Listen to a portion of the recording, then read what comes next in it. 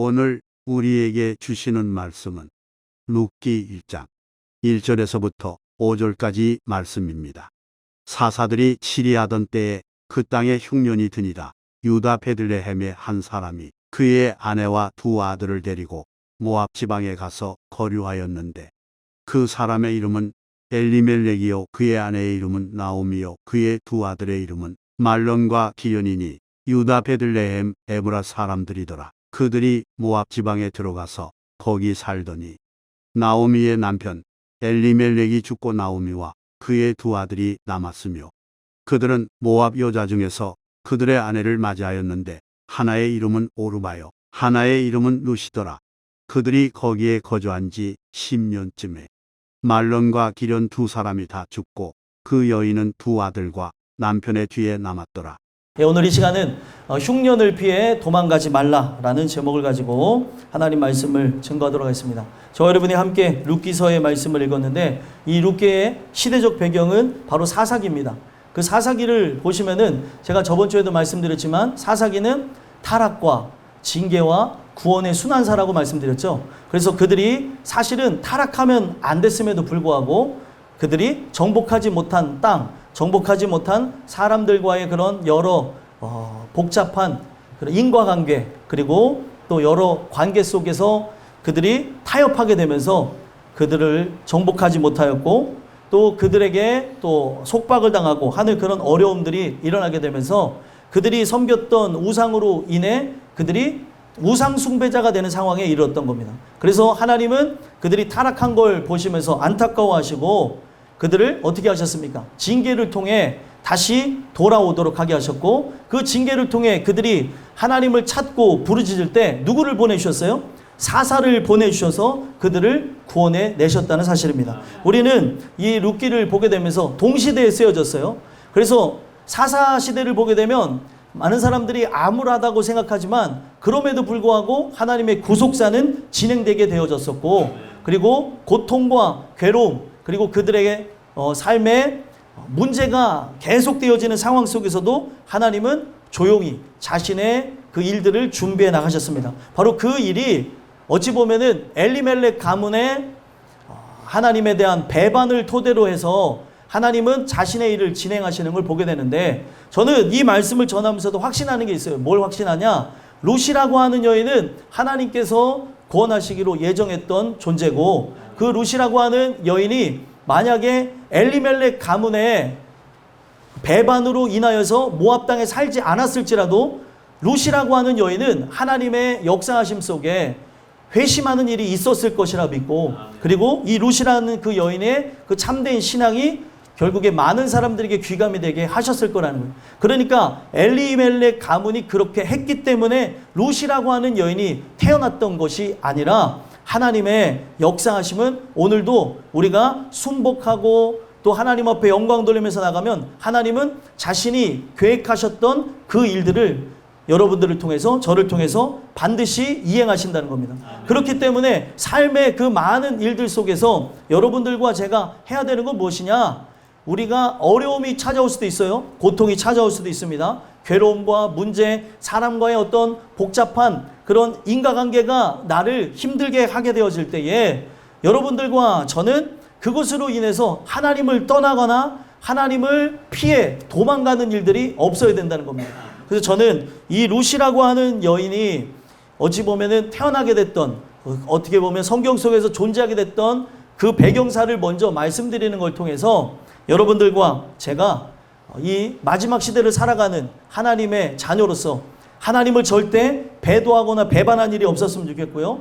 오늘 말씀의 제목과 같이 흉년을 피해 도망가지 않는 귀한 은혜가 여러분들 모두에게 있었으면 좋겠습니다. 그래서 저는 오늘 이 말씀을 통해서 여러분들에게 두 가지 말씀을 알려드리고자 하는데 첫 번째, 우리가 왜 흉년을 피해 도망가지 말아야 되냐?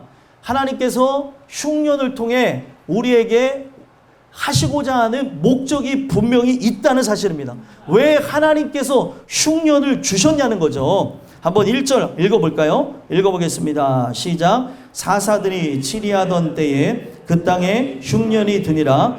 유다 베들레헴에 한 사람이 그의 아내와 두 아들을 데리고 모압 지방에 가서 거류하였는데. 아멘. 여기 보니까 사사들이 치리하던 때였어요. 사사들이 치리하고 있다는 것은 하나님께서 하나님의 그 일을 감당할 대리인을 세워서 그들을 통치하고 있었다는 사실입니다. 근데 그런 사실이 있음에도 불구하고 그 땅에 어떤 일이 일어났어요? 흉년이 일어났습니다. 흉년이 성경 속에서 왜 일어나는가를 봐야 되고, 그들 또한 사사들의 통치를 받고 있음에도 불구하고 왜 흉년을 주셨을까 살펴봐야 되는데, 그 살펴봄과 돌아봄, 말씀에 대해서 자기를 살펴봄이 없기 때문에 지금 이 흉년을 피해서 도망가는 인생이 되어졌다는 거예요. 성경에서 보니까 흉년이 일어나는 이유가 무엇입니까? 흉년이 일어나는 이유는 두 가지가 있는데, 첫 번째는 어떤 겁니까? 하나님께서 그를 깨닫게 하시기 위한 재앙입니다.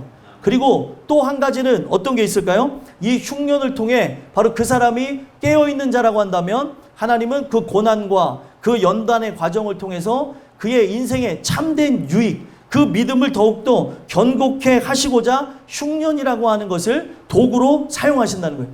그래서 여러분들이 오늘 이 말씀을 들으시면서 스스로를 점검해 보셔야 돼요. 흉년이라고 하는 것은 분명 충만할 때도 찾아올 수가 있고요. 또 충만하지 않을 때에 하나님의 징계로 찾아올 수 있다는 거예요. 그래서 저는요, 이 부분을 먼저 여러분들이 어떤 포커스를 맞추시냐면, 흉년이 임하는 데 있어서 그때 당시에 지금 엘리멜렉 가문이 도망갔다고 하는 것은 하나님이 바로 그 백성들이 회개하기를 원하셨다는 거죠. 그 회개하고 하나님의 긍휼을 구하며 나갔어야 됨에도 불구하고 그가 이 부분을 피해서 내가 내 힘으로 내 삶을 변화시켜 보고자, 이 삶을 일으켜 보고자 다른 장소로 이주해 갔다는 사실이에요. 오늘 이 말씀이 왜 중요하냐면, 교회 안에도 흉년은 일어날까요? 안 일어날까요? 일어납니다. 우리가 삶 속에 여러 일들을 통해서 지금 뭐 국제 정세가 좋지 않아서 더 경기가 안 좋아질 것을 예상하고 있죠. 지금 뭐 물가가 막 지금 뭐 천정부지를 막 솟잖아요. 이런 부분이 여러 전쟁에 의해서 나타나는 일들인데, 이런 부분 속에서 우리는 충분히 삶의 흉년을 맞이할 수가 있다는 거예요. 근데 그 흉년을 맞이했을 때 우리가 이 부분이 왜 일어나는가, 내가 예수를 믿음에도 불구하고 왜 일어나는가를 살펴보며, 먼저는 이것이 나에게 재앙은 아닌가 살펴봐야 됨에도 불구하고 사람들은 어떤 인본주의적인 시각으로 이것을 살펴보고 자기의 삶을 어떻게 해서든 돌파하고 이것을 뒤집으려고 하는 경향이 있다는 거예요. 아무리 인본주의적인 시각을 갖고 여러분들이 이것을 뒤집으려고 한다 할지라도 이건 뒤집히지 않습니다. 이 흉년의 목적이 뭔지를 바로 알아야 된다는 거죠. 그래서 지금 이 교회 안에 있지만 마음이 교회에 있지 않고 세상에 있는 사람은 언젠가 흉년을 맞이합니다. 어떤 측면에서요? 하나님이 그의 인생에 징계를 주시는 측면에서 흉년을 맞이할 수 있다는 거예요. 그래서 흉년을 맞이한다는 게 어떤 내용이겠습니까? 쉽게는 돈의 문제가 생기는 거고, 그리고 어떤 문제가 생깁니까? 건강의 문제, 또 사람과의 관계의 문제, 그리고 우리의 삶 속에 권력과 권세로 인해서 눌리고 압박을 받는 여러 문제 등등, 그런 인생을 살아가면서 충분히 겪을 수 있는 문제들이 오게 된다는 거죠. 그래서 우리가 성경에는 이 가난한 게 부끄러운 게 아니에요. 근데 이 가난함이 이 세상을 살아가면서 누구에게도 찾아올 수 있고, 이 흉년 자체가 분명 우리의 삶에 먹을 것이 없어지는 그런 부분인데, 이런 부분을 우리가 경험하게 되어질 때에, 또 우리의 삶에 내가 원하고 바라는 것들이 결렬되어질 그때에, 그걸 흉년이라고 하는데, 이거를 여러분들이 맞이했을 때 먼저는 이것이 내가 교회 안에 있었지만 세상을 품었던 결과는 아닌가 살펴봐야 된다는 거죠. 질병은 누구나 걸릴 수 있습니다. 근데 그 질병이 어떤 이에게는 그의 믿음을 견고하게 만드는 그런 하나의 고난의 도구로서 사용되어지는 걸 보게 되어지고요. 어떤 사람은 징계의 도구로도 사용되어진다는 걸 본다는 거예요. 그래서 하나님께서 분명 저 사람을 징계함으로써 하나님의 은혜로 나아오게 하기 위해 도구로 사용되어진 어떤 질병이나 어떤 재정의 문제, 사랑과의 문제가 있는데도 불구하고 깨닫지 못하고 자꾸 세상으로 나가려는 사람이 있다는 거예요. 이 흉년을 피해서 여러분들이 세상을 향해 나간다 할지라도 피할 곳이 없습니다.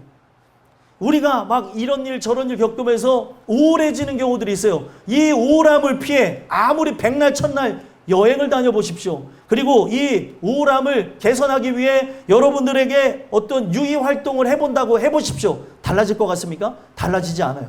근본적인 문제를 해결해야 된다는 거예요. 근데 이 근본적인 문제가 내가 무엇인지도 모른 채 지금 타성에 젖어서 어찌할 수 없어서 어떤 사람은 직분에 의해서 억지리 붙잡혀온 사람도 있고, 그리고 내가 이렇게 하다 보면은 진짜 벌 받는 거 아닌가라고 하는 아주 기초적인 생각에 교회 안에 있는데 마음은 세상에 있는 콩밭에 가 있는 사람들이 있다는 거예요. 그런 사람은 분명 반드시 흉년을 맞이합니다. 제 얘기를 잘 들으셔야 돼요. 왜 그러냐? 제가 이렇게 설교한 부분대로 다 이루어집니다. 이루어지고 이 부분을 통해서 깨닫는 자는 깨닫고 살 사람은 살고 또 회복할 자는 회복한다는 거죠. 그래서 이 부분 속에 여러분들이 흉년을 맞이했을 때 절대 이게 여러분들에게 리스크가 되는 게 아니라는 거죠. 흉년은 언제든지 찾아올 수도 있고 나를 돌아보게 하는 도구가 되어지는데, 이 흉년 자체를 정말 우리가 바라다 볼 때 내 길은 어디를 향해 가는가, 정말 하나님 말씀 앞에 우리가 신실하게 살펴봐야 됨에도 불구하고 아주 단순하게 접근하는 것은 아닌가, 이런 부분을 살펴봐야 된다는 거죠. 성경에 보니까 사람이 타락하게 되어지면 성경에는 우연이 있다고 합니까? 우연이 없다고 합니까? 우연이 없어요. 제가 말씀드리지 않았습니까? 밴드 보신 분들은 아시겠지만 제 아내가 기도했을 그 타임이 제가 복부CT를 하면서, 복부CT 하면서 사실 부작용 같은 거 안 나요. 그게 10만 명에 1명 꼴로 날까 말까 하는 그거를 제가 경험했는데, 그때에 제 아내가 괜히 그 글씨가 눈에 들어왔대요. 제가 CT를 찍어 들어갔을 때 그 눈에 들어와서 중보기도를 요청한 것으로 제가 그 위기 상황을 그냥 넘겼잖아요. 아멘. 여러분들이 기도했기 때문에 넘어간 거예요. 전 그걸 느끼거든요. 저를 그거 느끼고 여러분들이 저를 위해서 얼마만큼 기도하는지도 느끼는 사람이에요. 진짜로 제가 이 부분을 어디 가서 사역을 한다든지 뭘 한다 보면은 누가 나를 위해서 계속 기도하고 있음을 느껴요. 어떤 사람은 하루 종일 기도하시는 분도 있고, 어떤 사람은 시간 내서 기도하는 것도 느끼고, 왜냐하면 영적으로 이런 부분들이 민감하게 작용하기 때문에 마치 바람이 불어오는 걸 우리가 느끼듯이 정말 하나님께서 여러분들의 기도를 통해 성령의 바람으로 저를 채우시고 함께 하시는 걸 느끼는데, 여러분들의 기도가 그런 역할을 한다는 거예요. 그렇게 제 아내가 어떻게 보면은 제가 거기다 썼잖아요. 사랑의 호들갑. 예, 귀여운 표현이라고 생각하는데 어떻게 보셨는지 모르겠지만 사랑의 호들갑으로 저는 그 위기 상황을 쉽게 넘어갔다는 거예요. 근데 감사한 거는 그렇게 딱 맞이했을 때 제가 하나님의 은혜 가운데 있음을 또다시 감사한 게 호흡 곤란했다고 해서 호흡이 중지가 됐어요. 심장이 멎는 것처럼 딱 느껴지더라고요. 딱 한 15초 정도 되는데 당황하지 않게 되더라고요.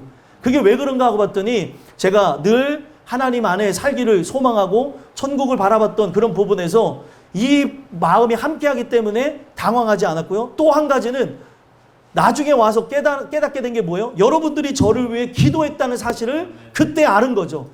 내가 이렇게 초연할 수 있었던 것은 누군가 나를 위해 기도했기 때문에 그렇구나. 여러분들 우연은 없다는 거예요. 그래서 여러분들의 삶의 모든 것들은 필연적인 건데 사람이 타락하게 되면 모든 거를 뭘로 치부해버려요? 우연이야, 우연. 우연이야. 그냥 그게 그렇게 되어졌겠지. 어떻게 하다가 꽝 사고가 났어요. 어떤 사람 꽝 사고 나면 깨어있는 사람은 혹시 내가 이게 실수인가 아니면은 내가 혹 잘못한 거 있는가 돌아보는 게 당연한 건데 우리 꽝 사고가 났는데 우연이야. 뭐 이런 사람들이 있다는 거죠. 어디가 아파요. 어디가 아픈데 이 아픈 이유를 사람은 원초적으로 찾아봐야 되는 거죠. 내가 하나님 안에 있음에도 불구하고 나의 어떤 그 믿음을 강화하기 위해서 준 질병인가 아니면 징계인가 살펴봐야 되는데 모든 걸 우연으로 치부하는 거죠. 그래서 성경에 보게 되면 요아스 왕 때 너무 타락하다 보니까 어떤 일들이 일어납니까? 메뚜기 재앙. 요엘서에 보니까 메뚜기 재앙을 우연으로 치부해버린다는 거예요. 여러분들 재앙이라고 하는 건 우연이 없습니다. 하나님의 어떤 계획하심이 있어서 진행하는 거예요. 근데 그들이 메뚜기 재앙을 딱 경험하면서 모든 씨까지 얘네들이 다 파먹었대요. 얼마나 큰 재앙이 일어났는지. 메뚜기 재앙이 지금도 있습니까? 있더라고요. 그래서 막 얘네들이 오게 되면은 다 먹어요, 다. 근데 얼마나 깨끗하게 먹었는지 마치 그 다음에 곡식을 잘 내기 위해서 밭에 남아있는 그 부분들을 불에 태운 것처럼, 불에 싹 탄 것처럼 그 메뚜기들이 다 먹었다는 거죠. 근데 왜 그렇게 눈앞에 메뚜기 재앙이 일어났습니까? 너네들이 지금 이 메뚜기 재앙을 우연이라고 치부하는데 너의 삶 속에 회개가 없다면 너의 삶에 불심판이 있을 거라는 거예요. 메뚜기가 이렇게 완전히 땅을 황폐하게 만든 것처럼 불에 타는 그 불에 심판이 있을 것임을 요엘서를 통해서 얘기하는 거죠. 그래서 결국에 뭐라고 얘기하는 겁니까? 회개하고 돌아오라는 거예요.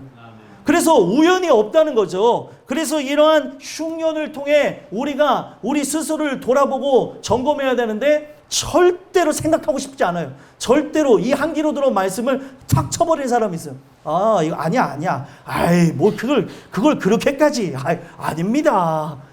여러분들 이거 되게 중요한 내용인데 우리 교회 안에도 말씀을 100% 받아들이는 분이 있는가 하면 자기의 어떤 상황에 따라 퍼센트지를 나눠서 받아들이는 분들이 있어요. 오늘은 80%면 적당해. 오늘은 50%. 오늘은 90%를 못 받아들이겠네. 여러분들 100%를 받아들이셔야 구원받습니다. 우리가 이 부분 속에서 하나님 말씀을 걸르면 안 되는 거예요. 흑동아지에 7번 단련한 말씀, 불순물이 없다니까 하나님 말씀에는. 아멘으로 화답하며 받아들이셔야 되는데 왜 자꾸 인간의 생각, 인본주의적인 시각을 갖고 자꾸 이런 문제를 정말 신앙의 문제이고 그리고 하나님과의 관계의 문제인데 돈의 문제로 가져가는 사람, 그리고 시간의 문제로 가져가는 사람, 그리고 이 부분을 그냥 우연으로 치부해버리는 그런 불신앙의 행동을 왜 하냐는 거죠.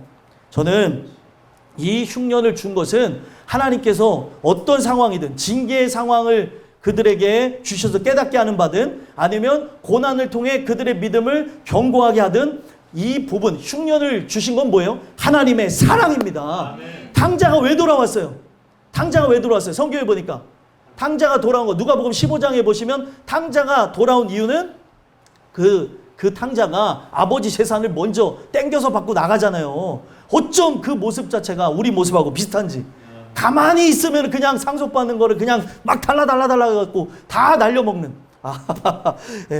예, 그런 부분들이 우리에게 있는데 그 부분을 갖고 갔더니 어떻게 되어졌어요? 기근이 임했다는 거예요. 잘 됐으면 좋았는데 완전 폭삭 망했다는 거죠.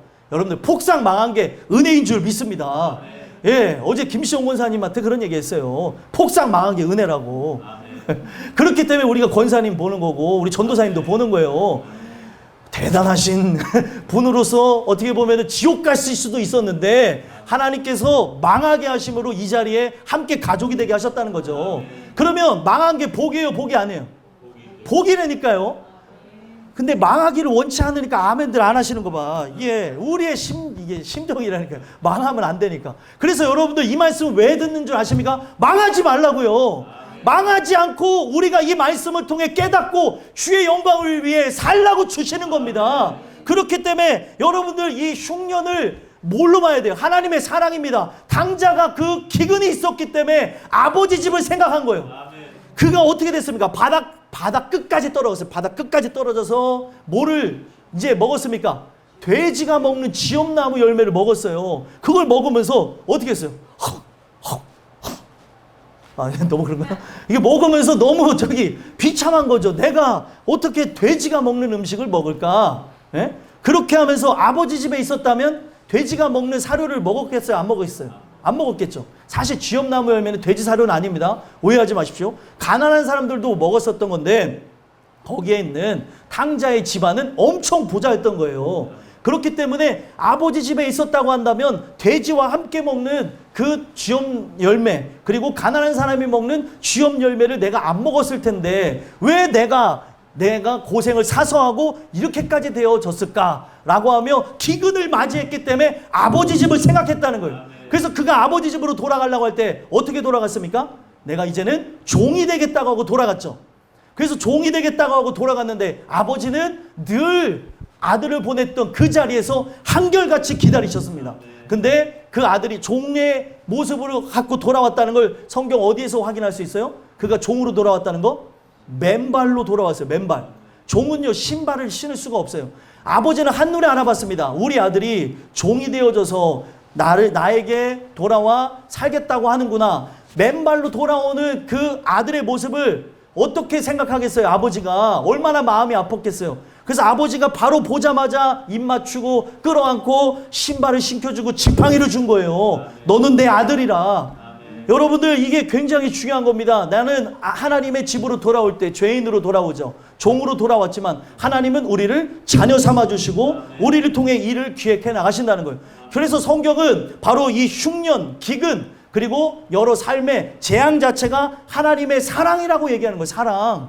이 사랑이 없으면 사람은 제대로 못 보는 거예요. 자꾸 썩어질 것만 바라보고 육신의 것을 바라보게 되는 거죠. 여러분들 삶에 있어서 여러분들의 예배는 중단되면 안 됩니다. 여러분들의 삶의 예배는 계속되어져야 되는 거예요. 근데 이 흉년을 맞이했는데도 불구하고 교회 안에서 여러분들은 어떤 사람이냐는 거예요. 이게 바로 재앙으로 인해서 온 것인지 아니면은 하나님이 나를 연단하기 위해서 준 것인지 돌아보고 살펴봐야 됨에도 불구하고 이 부분들을 생각지 않고 살아가는 경우들이 있다는 거예요. 저는요, 이런 일이 일어나지 않았으면 좋겠어요. 어떤 일이냐? 분명 어떤 사람은 은혜가 충만함으로 하나님께서 그를 더 연단하기 위해 고난을 주신 경우들이 있어요. 그래서 그 흉년을 맞이하는 그런 걸 보게 될 때가 있는데 그 사람이 때로는 착각할 때가 있습니다. 혹시 내가 하나님의 그 뜻 안에서 잘못 걸어간 건 아닌가 라고 하며 그 부분에서 우울해하고 답답해하는 반대적 상황을 겪을 때가 있는 걸 보게 되어지고요. 또 어떤 상황이 있을까요? 분명 어떤 사람은 징계로 졌는데 반대로 생각하는 거예요. 내가 믿음이 충만해서 하나님께서 나에게 이 고난을 통해 믿음을 성장케 하려고 하는 거야. 거꾸로 됐어요. 거꾸로. 오늘 이 부분을 통해 스스로에게 질문을 던져보십시오. 나는 지금 하나님 안에 온전한 길을 걸어가고 있는가? 지금 이 흉년이 하나님이 바로 고난을 통해 나의 믿음을 견고케 하심인가? 아니면 회개하기를 바라시는가? 돌아봐야 된다는 거죠. 그래서 흉년의 목적은 딱 하나예요. 모두가 다 하나님 사랑으로 돌아오는 것, 더욱더 충만케 되는 거죠. 잘못된 길을 걸어간 사람은 징계를 통해 회개하고 하나님의 용서를 구하고 하나님 사랑 안에 다시 들어오는 거고, 하나님 사랑 안에 있었던 자는 더욱더 견고하게 그분을 사랑해지는 겁니다. 그래서 여러분들은 이 말씀을 통해 돌아보셔야 돼요. 나는 지금 이 흉년을 피해서 도망가려고 하는 자인가? 아니면 은혜를 통해서 회복되기를 소망하며 나가기를 원하는 자인가? 돌아다 보시고 여러분들의 삶에 그 흉년을 고통으로, 괴로움으로, 인본주의적인 그런 시각을 갖고 이겨내려고 힘쓰고 애쓰지 마시고 이 흉년을 견뎌내며 하나님의 목적을 바로 알고 그 뜻하심을 통해 하나님의 사랑으로 충만하게 되기를 간절히 소망합니다. 이것이 여러분들에게 드리는 첫 번째 말씀이고요. 두 번째로는 우리가 흉년을 피해 도망가지 말아야 될 이유가 있습니다. 왜 그렇죠? 바로 사사가 함께하고 있고 바로 말씀의 집이 함께하기 때문에 도망가서는 안 된다는 거예요. 아무리 우리의 삶에 흉년이 온다 할지라도 절대 말씀의 집, 교회를 떠나서는 안 된다는 거죠. 그래서 말씀해 보니까 뭐라고 얘기합니까? 유다 베들레헴의 한 사람이 그의 아내와 두 아들을 데리고 모압 지방에 가서 거류하였는데, 자, 그 사람이 누구예요? 2절에 보니까 엘리멜렉이었던 거예요. 이 사람은 사실 흉년이 찾아왔을 때 떠나면 돼요? 안 돼요? 안 되죠. 하나님의 목적이 어디 있는가를 살펴보며 기도하면서 나갔어야 되는데 이 한 사람이 잘못된 결단, 잘못된 생각을 한 것으로 인해서 아내와 두 아들이 어디로 갔습니까? 모압 지방으로 가버린 거예요. 여러분들 삶에 제일 중요한 부분이 무엇이냐? 우리가 말씀으로 깨어있지 않으면 잘못된 길로 갈 수가 있다는 거예요. 그래서 여러분들 집안에 리더의 역할을 하시는 분들 있죠? 가장이 다 다를 수 있습니다. 어떤 분이 집에서 가장이 되어지냐? 말씀으로 충만한 사람이 가장이 되어지는데 때로는 여성분이 할 수도 있고 남성분이 할 수도 있고 또 부모가 할 수도 있고 자녀가 할 수도 있어요. 그래서 제일 중요한 건 뭐예요? 말씀으로 깨어있는 그 사람이 리더 역할을 하는 거예요. 근데 엘리멜렉이 깨어있지 못한 것으로 지금 말씀이 함께 하고 있는 땅, 지금 그 삶의 흉년이 있을지라도 말씀의 흉년은 들지 않았거든요. 베들레헴에는 말씀이 늘 함께하는 땅이었는데 말씀을 버리고 어디로 갔습니까? 바로 모압 지방으로 갔다는 거예요. 모압이 어떤 곳이었어요? 그때에 그들의 양식을 구할 수 있고 자기의 어떤 삶의 필요를 채울 수 있고 그 모압에서 자기의 어떤 그 충족하지 못한 탐심을 채울 수 있는 장소가 모압이었던 거죠.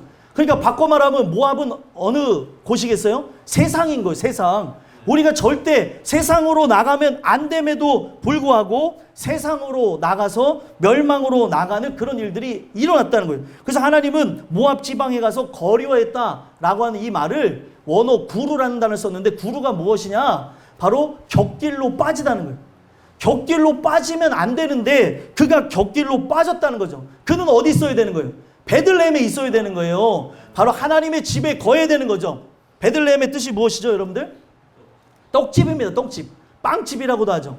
그러니까 떡, 빵 다 좋습니다. 떡, 빵이 상징하는 게 뭐예요? 하나님의 말씀이에요. 말씀이 머물러 있는 장소임에도 불구하고 육신의 기근 때문에 세상을 향해 나가는 이런 부분들, 질병 때문에, 고통 때문에, 그리고 어떤 상황 때문에, 돈 때문에 이렇게 팔려가는 일들이 우리에게 없어야 된다는 겁니다. 그래서 오늘 이 말씀은 여러분들 오해하지 마십시오. 이 부분은 뭐 누가 온다고 해서, 누가 오지 않는다고 해서 준비한 게 아니고 2주 전에 이미 나왔던 말씀이에요. 이 말씀을 토대로 해서 우리가 돌아봐야 될 부분이 있다는 거죠. 왜 그가 모압 지방으로 가려고 했습니까? 모압 지방이 어땠어요? 풍요로웠던 거예요. 아름다웠던 거죠.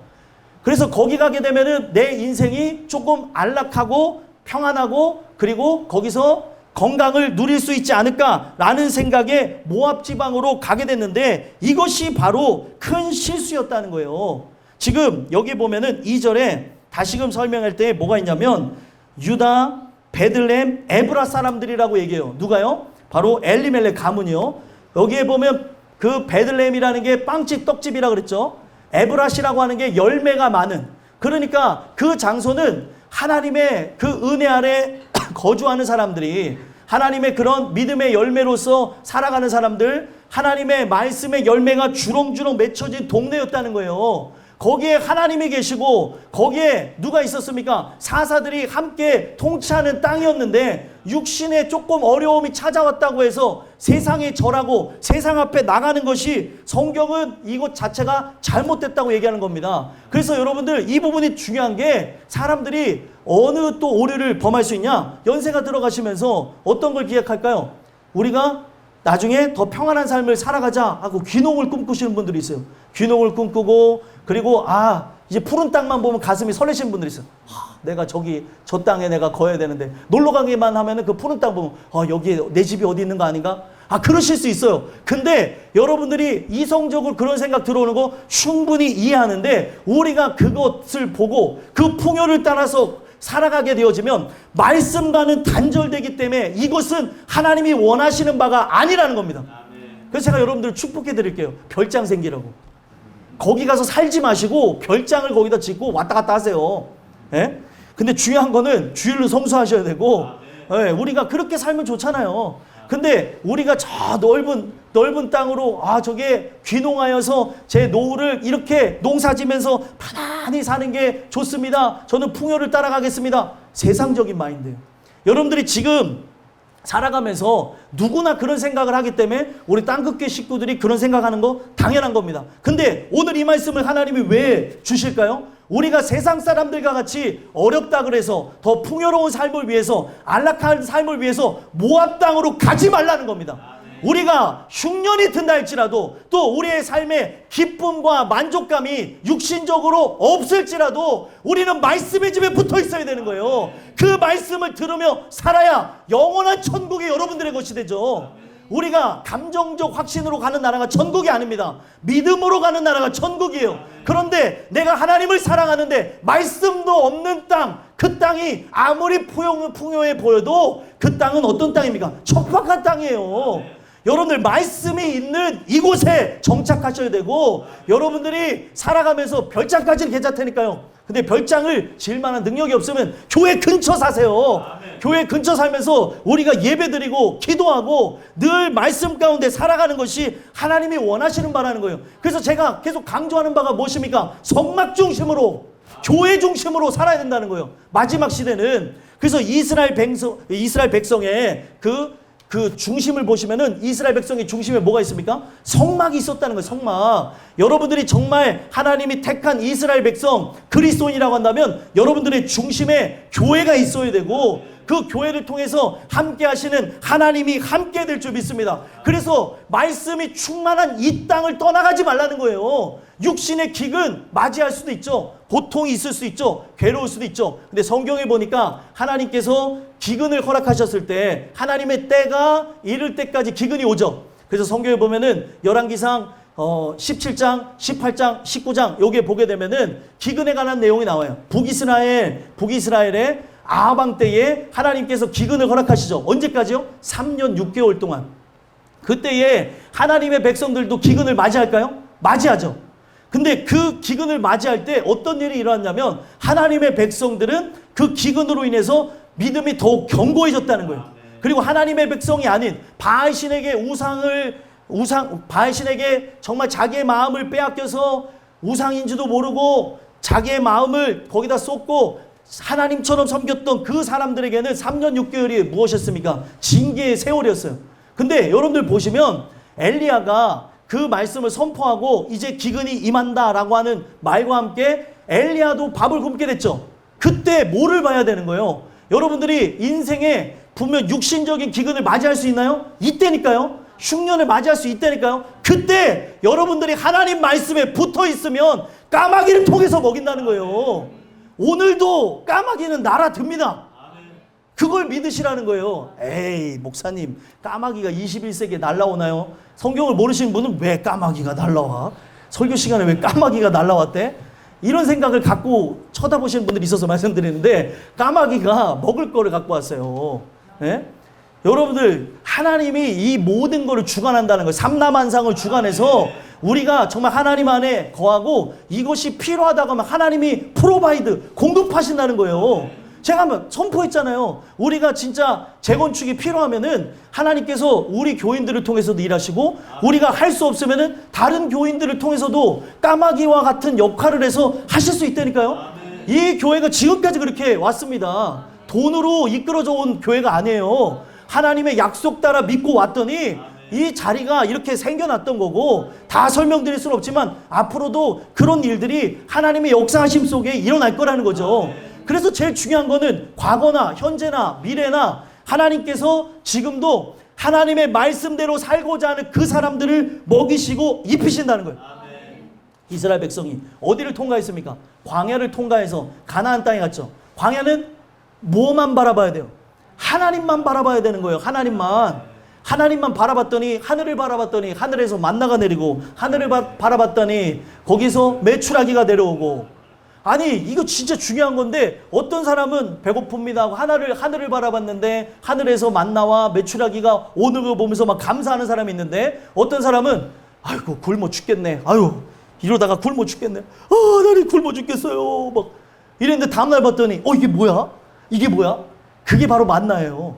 만나의 이름의 뜻이 뭐냐? 이게 뭐냐는 거. 이게 뭐냐? 왜 이게 뭐냐라는 거예요. 이거 기도하지 않은 백성이 태반이었던 거예요. 거기에. 그러니까 이게 뭐냐? 뭐긴 뭐예요? 하나님의 은혜죠. 하나님이 나를 먹이시고 입히시는 증거죠. 그러면 광야는 뭐예요? 하나님의 은혜를 듬뿍 체험할 수 있는 거라니까요. 여러분 중요한 거는요. 그 광야가 뭐예요? 여러분들의 인생이에요. 저와 여러분들의 인생이라니까요. 그러면 지금도 하나님이 먹이시고 입히시고 보호하는 걸 경험해야 되나요? 경험해야 돼요? 아멘이죠? 아니 진짜 이거 되게 중요한 내용인데 막 사람들이 보호를 되게 추상적으로 생각하는데 여러분들 지금 보호받으니까 지금 이 자리에 있는 거예요. 하나님이 보호를 풀면은 우리의 몸은 어떻게 될지를 모른다니까요. 그래서 하나님이 나를 지금도 지키시고 보호하니까 호흡하는 거고 호흡이 있는 동안 하나님을 찬양하는 거고 영광 돌리는 거 아니겠습니까? 예? 여러분들 보세요. 우리 김민주 지사님 돌아오셔서 기도하는데 막 여러 사람 울리잖아요. 막 예?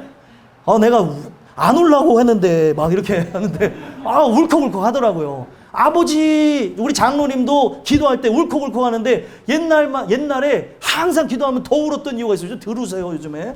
예. 왜 더 울었냐면 아들 돌아오게 해달라고 매번 그렇게 기도하는 거예요. 대표기도 할 때마다 우세요. 왜? 이 자리에 내 아들 없으니까, 내 손주들 없으니까 막 우는데 돌아오니까 들으시네. 아무튼 네, 농담이고요. 아무튼 제가 너무 기쁜 거예요. 아버지와 같은 그 마음을 아들이 이렇게 소유하고 자라난다는 게 하나님 은혜인 거죠.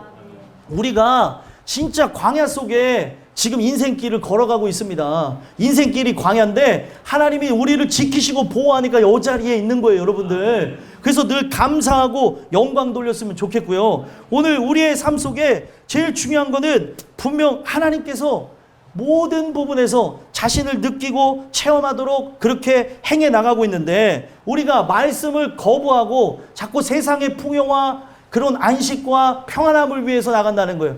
바로 이 자리가 안식처입니다. 이 자리가 바로 여러분들이 평안을 누릴 수 있는 곳이에요. 다른 곳으로 가려고 하지 마시고 말씀이 있는 곳에 정착하십시오. 이스라엘 백성도 뭐와 함께 했습니까? 말씀의 현현인 성막과 바로 법궤와 함께 했다는 사실이에요. 그래서 여러분들 말씀을 찾아갖고 우리가 저기 나중에 이주한 다음에 거기 좋은 말씀 있는데 찾아가면 되지. 없어요. 여기입니다. 여기. 예? 여기서 어딜 더 좋은 데로 가려고 그래요. 예, 여기가 바로 그곳이니까 다른 데로 가려고 하지 말고 여기서 여러분들 정착하시고, 예? 하나님 주시는 은혜 아래 우리 영원한 천국을 소망하면서 나가는 그런 모습이 있었으면 좋겠습니다. 그래서 엘리멜렉이 이러한 부분에서 바로 베들레헴 에브랏, 하나님의 그 충만한 열매가 있고 하나님의 말씀이 있는 곳에서 그가 모압 지방으로 가서 살았더니 이 책임을 하나님이 물으시는 거예요. 어떻게 되어집니까? 한번 3절 읽어볼까요? 읽어보겠습니다. 시작. 나오미의 남편 엘리멜렉이 죽고 나오미와 그의 두 아들이 남았으며. 아멘. 여기에 엘리멜렉이 왜 죽은 거예요? 이게 결론 보러 가는 건데, 엘리멜렉이 죽은 거는 엘리멜렉의 이름의 뜻은 하나님은 나의 왕이시다라는 뜻이에요. 하나님은 나의 왕이시다. 하나님이 왕이셨으면은 그가 분명 베들레헴을 떠났겠습니까? 안 떠났겠습니까? 안 떠났어요. 여러분들이 분명 이 말씀을 통해 동일하게 고백했으면 좋겠어요. 하나님이 여러분들의 왕이시면 이 자리를 떠나지 마십시오. 하나님 주신 은혜 아래 우리 같이 가야 될 바로 공동체라는 거예요.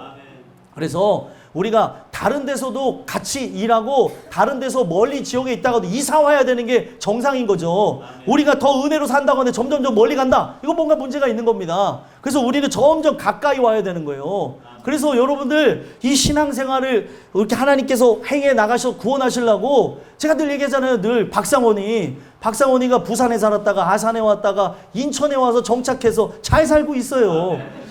상당히 만족하는 표정을 짓네. 예. 이게 뭐냐? 사실 사람 하나를 잘 만나서 그렇게 신앙생활 하면서 지금 믿음의 가정을 이끌어가고 있다는 거죠. 그래서 여러분들 안 믿는 사람하고 사귈 수도 있어요. 제가 늘 너무 세게 얘기하는데, 그랬을 때 여러분들이 계속해서 점검해야 되는 게 뭐예요? 예수 믿을 거냐? 예수 믿어야 된다. 너 나랑 결혼하려면 너 나랑 결혼할래? 막 이러면서 막 그런 얘기 하잖아요. 결혼하려면 예수 믿어야 된다. 예? 예수 믿어야 된다. 그 얘기를 해야 된다니까요. 얘들아, 사귀는 얘들아, 누가 사귀고 있는지 모르겠지만 아무튼 예수 믿지 않는 그 사람, 여러분 사랑한다고 하면 그 사람한테 먼저 복음을 증거하시고 그 복음이 함께 하는 그 역사를 통해서 함께 은혜로 나아가기를 소망해야 되는 거예요.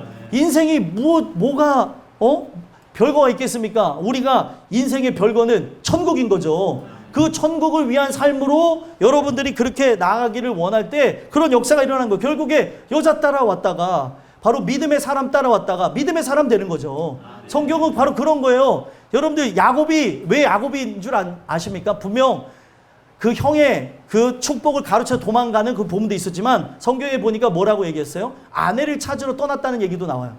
아내를 찾으러 떠나는 그것이 결국이 무엇이었습니까? 하나님을 만나는 과정이 되게 하셨다는 거예요. 우리가 바로 그런 거죠. 사람 하나를 만나서 사람 하나, 바로 영원한 친구이신 예수님, 그분을 잘 사귀는 것으로 천국까지 가는 거예요. 천국까지.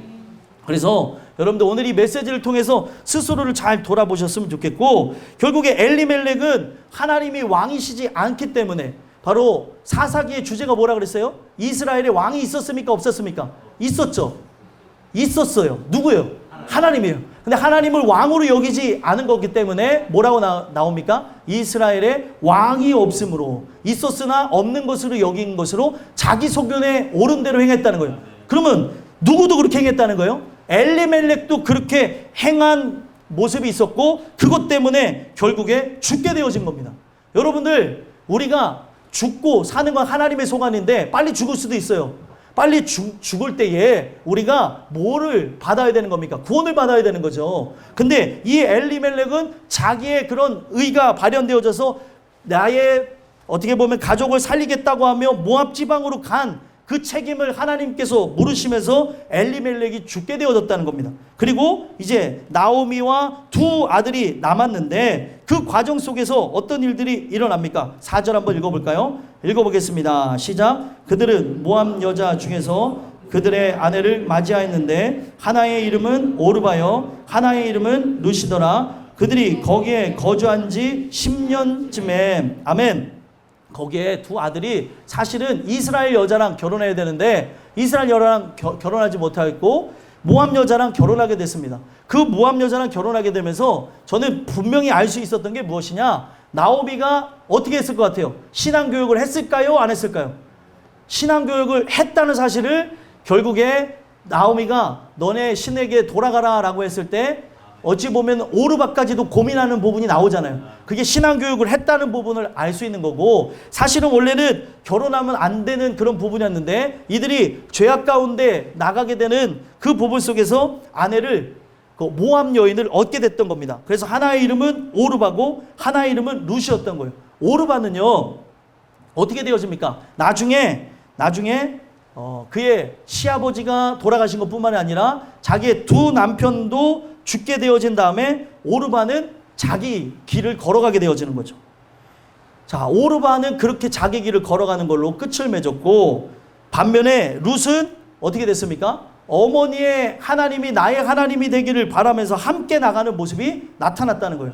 오늘 우리가 이 부분을 왜 봐야 되는 거냐? 지금 이제 마지막 결론부에 들어가서 보게 되는데 엘리멜렉은 분명 그 가문의 수장으로서 또 가장으로서 이들을 잘 이끌고 나갔어야 되는데 믿음의 가문으로 이끌지 못한 그 대가로 하나님이 불러가셨고 이제는 나오미가 사실은 이 일을 하기 전에 누가 먼저 이 일을 관장해 나가야 되는 거예요? 아들들이 온전한 길로 이끌어 가야 되는데 5절에 보니까 어떻게 되어졌습니까? 한번 읽어보겠습니다. 시작. 말론과 기럨 두 사람이 다 죽고 그 여인은 두 아들과 남편 뒤에 남았더라. 아멘. 여기 보면 말론과 기럨 이 두 사람도 왜 죽었을까요? 아버지와 같이 동일하게 그 땅에 거주했던 거예요. 어디로 돌아가야 돼요?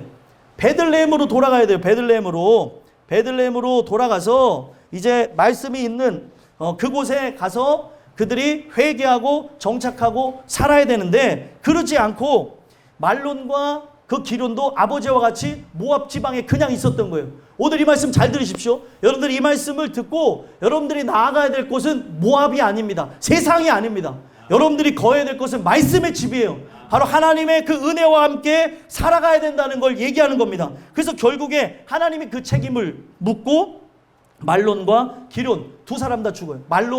말론이라는 이 사람의 이름은 병들었다는 뜻이고요. 기럨이라고 하는 이 사람 자체는 갈망하다는 뜻을 갖고 있어요. 왜 아들의 이름을 그렇게 줬을까요?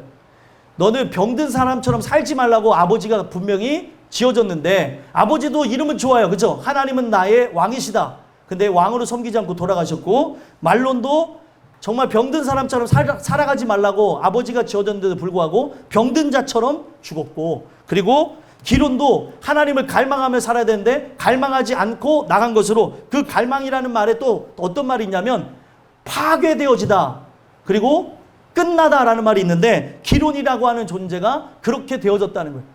분명 부모의 염원을 그렇게 되질 않기를 바라면서 그렇게 이름을 지었는데 왜 그들이 패망으로 갔겠습니까? 제일 중요한 거는 부모가 먼저 타락했기 때문에 그런 거예요. 여러분들 부모가 집안의 가장 역할을 하는 사람, 믿음의 가장 역할을 하는 사람이 있고 자녀가 믿음의 가장 역할을 하는 사람이 있습니다. 누구든지 간에 바로 쓰셨으면 좋겠어요. 그래서 여러분들이 그런 책임의식을 갖고 여러분들이 먼저 서시면 자녀들이 돌아오게 된 날이 있습니다. 자녀들이 먼저 바로 서게 되어지면 부모가 돌아오게 된 날이 있다는 거죠. 근데 말론과 기럨은 동일하게 아버지와 같이 다른 길을 걸었어요. 격길로 빠졌다고 얘기했잖아요. 모압 지방에 가서 살았다는 그 거류의 말이 격길로 빠졌다고 했는데 격길로 빠진 자기의 자신들을 돌아보지 않고 결국에 베들레헴으로 돌아가지 않고 살다가 이들은 먼저 죽었고 이제 이 상황에서 누구만 남았습니까? 가장의 역할을 해야 할 나오미만 남은 거예요. 근데 나오미가 이제 자기가 이 부부 속에서 회개하고 자신의 땅으로 이제 돌아가려고 하는데 자기의 두 아들과 결혼해준 오르바와 룻이 정말 고맙기도 하고 이들은 이제 결혼을 못할 것이니까 너네 신을 따라서 돌아가라고 합니다. 이때 두 이야기로 갈리게 되는 거예요. 오르바는요, 이름의 뜻이 무엇이냐면 목덜미, 등이라는 뜻을 갖고 있어요. 이 목덜미 또 어떤 뜻이냐? 목이 곧았다라는 그런 뜻도 있고 등이라는 뜻도 있는데 그는 목이 곧은 백성답게 분명히 처음에는 울면서 함께 가겠다고 했어요. 근데 나오미가 아주 박하게 얘기하는데 내가 가서 자녀를 낳는다는 보장도 없고 나이가 많은 내가 다시 시집을 가서 자녀를 낳아서 너희들과 결혼한다는 보장도 없기 때문에 그때 풍습이었어요. 그렇기에 너네들은 가서 삶의 보장이 되어지지 않을 수도 있다. 그렇게 했더니 오르바가 어떻게 했어요? 울면서 어머니의 입을 맞추고 돌아갑니다. 마치 누구처럼요? 입을 맞추고 예수님을 판 가룟 유다처럼 입을 맞추고 갔어요. 여러분들 이게 되게 중요한데 교회 안에도 예수님의 입을 맞추고 도망갈 사람들이 많아요. 여러분들은 그런 분들이 아니었으면 좋겠어요. 도망가지 마시고 끝까지 함께 가는 거예요. 천국을. 저도 안 도망갈 테니까. 예? 제가 안 도망갈 테니까 여러분들 도망가지 마세요. 그래서 우리가 함께 영원한 천국을 향해 나간다는 이 사실을 기억했으면 좋겠고 중요한 거는 결국에 모압 신을 사랑하는 마음이 있었기 때문에 결국에 오르바는 돌아가게 된 거고 그냥 사람이요 종교심이라는 게 그런 겁니다. 거듭나지 않으면 결국엔 언젠가 세상으로 돌아가는 거고 거듭난 사람은 어떻게 해요? 끝까지 주님과 함께 가는 거예요. 주님과 함께. 근데 룻이라고 하는 여인은 어땠어요? 룻이라고 하는 여인은 여기 뭐라고 얘기합니까? 룻이라고 하는 여인이 따라갔던 이유가 딱 하나예요. 다른 이유가 아니고 지금 박하게 얘기했을 때 오르바는 울면서 떠나갔다고 얘기해요. 14절 한번 읽어볼까요? 14절 읽어보겠습니다. 시작. 그들이 소리를 높여 다시 울더니 오르바는 그의 어머니에게 입을 맞추되 룻은 그를 붙쫓았더라. 자, 시어머니에게 입 맞추고 가룟 유다처럼 누군 갔어요? 오르바는 갔고 룻은 그를 붙쫓았다라고 하는 이 말이 다바크라는 그런 말인데 착 달라붙어서 갔다는 거예요. 왜 달라붙었습니까? 바로 이거는 신앙 때문인데 그가 그 어머니를 붙잡고 나간 거는 그 어머니가 부자여서도 아니고 어머니의 신앙 따라가는 건데 룻이 16절에 이런 얘기합니다. 내게 어머니를 떠나며 어머니를 따르지 말고 돌아가라 강권하지 마옵소서. 어머니께서 가시는 곳에 나도 가고 어머니께서 머무시는 곳에서 나도 머물겠나이다. 어머니의 백성이 나의 백성이 되고 어머니의 하나님이 나의 하나님이 되시리니. 결국에 뭐예요? 이 나오미를 쫓아간 이유는 나오미를 착 붙어서 쫓아간 이유는 말씀에 붙어 있었던 여인이 룻이었고 이 여인의 이름의 뜻이 뭐예요? 이 룻이라고 하는 이름의 뜻은 친구였습니다. 친구. 영원한 친구를 사귀고자 하는 마음에 바로 그 시어머니가 회개하고 다시 말씀으로 돌아가게 되는 그 상황을 보면서 자기도 어머니를 쫓아서 그렇게 살기를 원합니다. 이 마음 갖고 돌아갔다는 거예요. 여러분들 신앙이라는 게 바로 그런 겁니다. 다시 하나님의 말씀으로 돌아오는 거죠. 그래서 결국에는 무엇이에요? 지금 이 시어머니를 쫓아서 이 룻이 쫓아갔던 것처럼 여러분들도 누굴 쫓아가야 되는 거예요? 말씀을 쫓아서 나가야 되는 거고 이때 당시에 다시 사사가 다스리는 그곳으로 그리고 하나님의 말씀이 있는 곳으로 이들이 돌아갔던 것처럼 여러분들 다른 거를 제가 권면해 드리지 않겠습니다. 여러분들 말씀과 함께 영원한 천국을 향해 함께 나가셨으면 좋겠어요. 이유는 딱 하나예요. 바로 그곳에 말씀이 있기 때문에 그가 회개하는 심정으로 나갔고 실제로 가서 뭐라고 얘기했습니까? 전능자가 바로 나를 심하게 괴롭혔다. 왜 전능자가 나를 심하게 괴롭혔다는 거예요? 내가 불순종하고 살한 그것 때문에 내가 이제 이름을 나옴이라고 할 수 없고 즐거움이라는 뜻을 갖고 있는 나옴이라 할 수 없고 내 이름을 말하라고 해라. 내 이름은 쓰다. 인생을 쓰다. 인생은 고통스럽다. 괴롭다. 왜 그렇습니까? 하나님을 떠난 그 인생 자체는 이와 같다라는 것을 많은 사람들에게 이야기하는 자가 나옴이었다는 거예요. 자기가 회개하고 나서 간증하는 거예요. 너네들은 나처럼 모압으로 가지 마라. 그렇게 되면 이런 고통을 당한다 라고 하는 측면에서 자기 이름을 말하라고 불렀다는 거예요. 그래서 여러분들이 지금 이 말씀을 마음에 새기시면은 어떤 일이 일어나는 거예요? 지금 세상으로 나가려고 하는 사람, 모압 지방으로 진출하려는 사람들을 여러분들이 막을 수 있는 겁니다. 그래서 이 말씀을 믿으시고 세상으로 나가려고 하지 마시고 주시는 은혜를 통해서 바로 엘리멜렉은 사실 역사 속에서 그렇게 안타깝게 심판을 받았고 룻이라고 하는 여인은 이방 여인이었는데도 불구하고 하나님께서 그 다윗의 가게를 이끌 수 있는 존재가 되게 하셨던 이유가 뭐예요? 믿음 때문입니다. 믿음. 여러분들이 그 믿음 따라 영원한 천국을 향해 나갔으면 좋겠고요. 우리가 신앙생활 한다는 건 다른 게 아니에요. 바로 먼저 예수님 만난 사람과 함께 가는 겁니다. 여러분들에게 이런 은혜가 함께 하면서 말씀이 있는 곳인 이 땅끝교회, 너무 땅끝교회에게 많이 얘기했는데 말씀이 있는 이곳에서 여러분들이 어떤 젊음과 또 여러분들의 노후와 앞날의 그 계획을 함께 하면서 영원한 천국으로 나가게 되는 저와 여러분들이 되기를 간절히 소망합니다. 기도하겠습니다. 하나님 감사합니다.